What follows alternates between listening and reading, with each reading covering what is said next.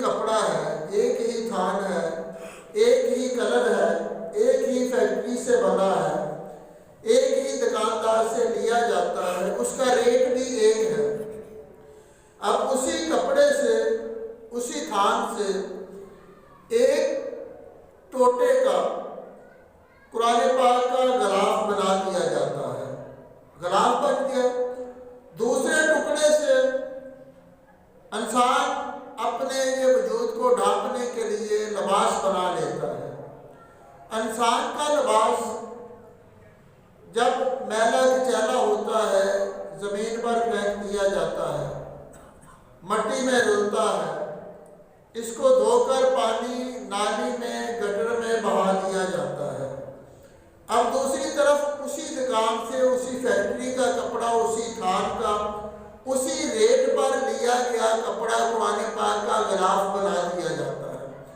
اب اس غلاف کو کوئی زمین پر گرنے نہیں دیتا،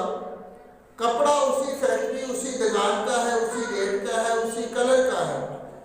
اس پر کوئی پاؤں نہیں رکھتا قرآن پاک کے غلاف پر، اس کو زمین پر نہیں لگنے دیا جاتا، پاؤں میں نہیں آنے دیا جاتا، مٹی، گرد و غبار، کوڑے سے، بری چیزوں سے، بدبو سے اسے محفوظ کیا جاتا ہے کہ یہ زمین پر نہ گرے۔ اس کی وجہ کیا ہے کہ وہی کپڑا اسی فیکٹری کا، اسی ریٹ پر، اسی کلر کا، اسی دکاندار سے آپ نے خریدا، قمیض بنا لی، کپڑے بنا لیے، جب پھٹ گئے تو پھینک دیے۔ بچوں نے گاڑی سائیکل صاف کرنا شروع کر دیا، زمین صاف کرنی شروع کر دی خواتین نے۔ اب قرآن پاک کا جو کپڑا ہے، غلاف ہے، غلاف سی دیا گیا، اس کو بوسہ دیا جاتا ہے، چوم کر آنکھوں کو لگایا جاتا ہے، زمین پر نہیں گرنے دیا جاتا۔ وجہ اس کی بزرگوں نے یہ فرمائی ہے کہ اس کی نسبت ہمارے یہ گندے وجود سے ہو گئی، اس لیے اس کی قدر کوئی نہیں کر رہا،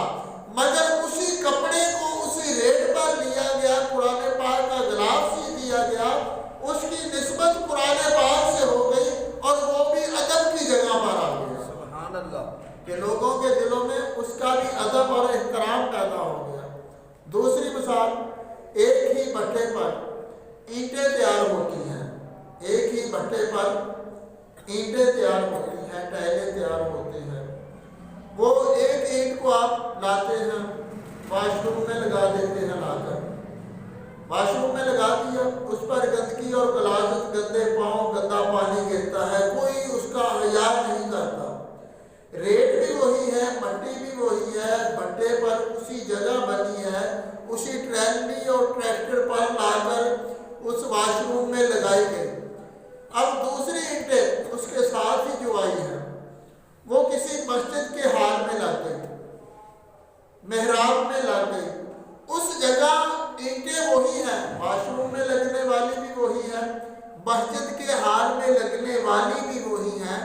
جو واش روم میں لگی ان کا کوئی حیا نہیں، جو مسجد کے حال میں لگے اس پر کوئی گندے پاؤں، جوتی تو دور کی بات ہے، کوئی گندے پاؤں لے کر نہیں جاتا۔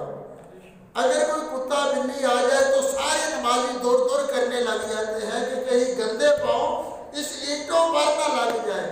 وجہ یہ ہے کہ اس کی نسبت جو ہے،